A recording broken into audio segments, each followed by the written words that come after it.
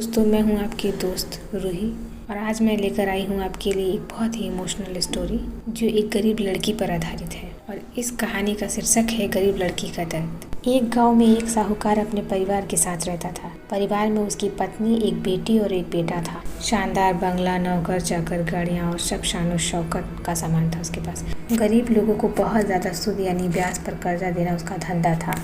अक्सर लोग तंगी के दिनों में या किसी त्योहार या ब्याह शादी के मौके पर उस साहूकार से कर्जा ले लेते थे। जब फसल अच्छी होती तो थोड़ा थोड़ा करके उतारने लगते, लेकिन जिस वर्ष सूखा पड़ता तो कर्ज तो छोड़ो, गांव वाले सूद तक नहीं दे पाते थे। इसी का फायदा उठाकर वो साहूकार उनकी ज़मीनों पर कब्जा कर लेता था। कब्जा कर उन्हें बेच देता और खूब पैसे कमाता।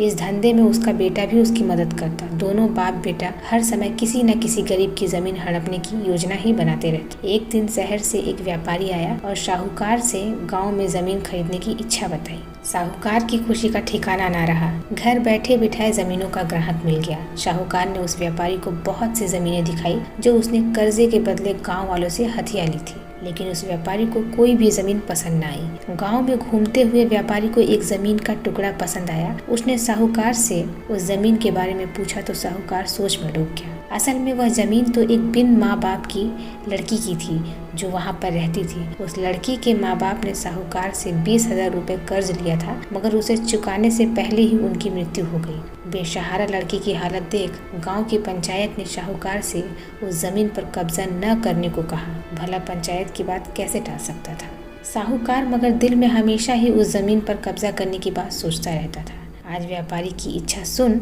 उसका लालच बाहर आ गया था और उसने जमीन पर कब्जे का मन बना लिया। कर्जे के सारे कागज ले वह उस लड़की के घर पहुंचा और कर्जा वापस करने की बात कही। जब लड़की ने अपना दुर्दशा बताते हुए और समय मांगा तो साहूकार ने कब्जा करने की धमकी दी। कब्जे की धमकी सुन वह लड़की पंचायत के मुखिया के पास गई और उसकी जमीन को बचाने की दुहाई लगाई। सारे गांव में यह बात आग की तरह फैल गई कि साहूकार उस बेसहारा लड़की की जमीन पर कब्जा करने वाला है। यह बात उड़ते उड़ते साहूकार की बेटी के कान में पड़ी। अपने पिता के लालच की बात सुन उसके मन में बहुत दुख हुआ।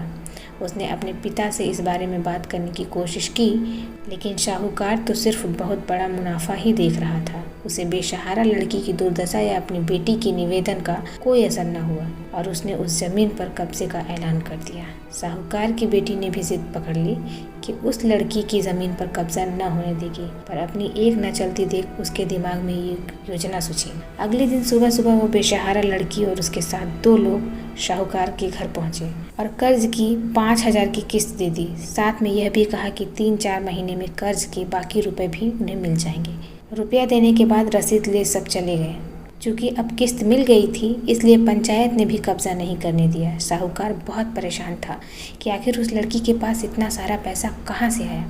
कल तक वो अपने दाने दाने की तरसती थी और आज 5,000 रुपया दे गई। कुछ भी न समझ आने पर उसने गांव वालों से भी पूछताछ की, लेकिन कोई भी रुपयों के बारे में नहीं जानता था। कुछ दिनों बाद वह लड़की फिर 2 गांव वालों के साथ आई और कर्ज की बाकी रकम चुकाकर रसीद और कर्ज के सारे कागज ले गई। साहूकार परेशान हो गया कि आखिर इस लड़की के पास इतना धन आया कहाँ से। इस तरह से कुछ दिन और बीत गए।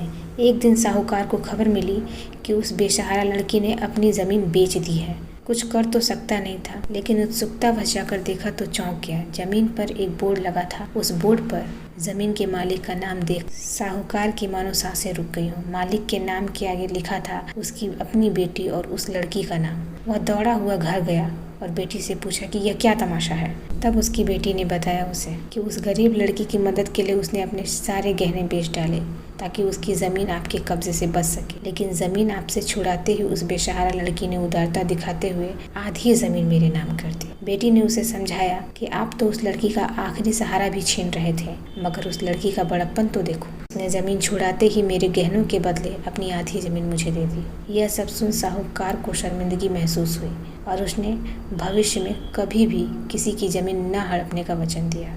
तो दोस्तों, इस कहानी से हमें सीख मिलती है कि कभी भी हमें किसी की भी मजबूरी का फ़ायदा नहीं उठाना चाहिए। आपको यह कहानी कैसी लगी नीचे कमेंट करके हमें ज़रूर बताएं।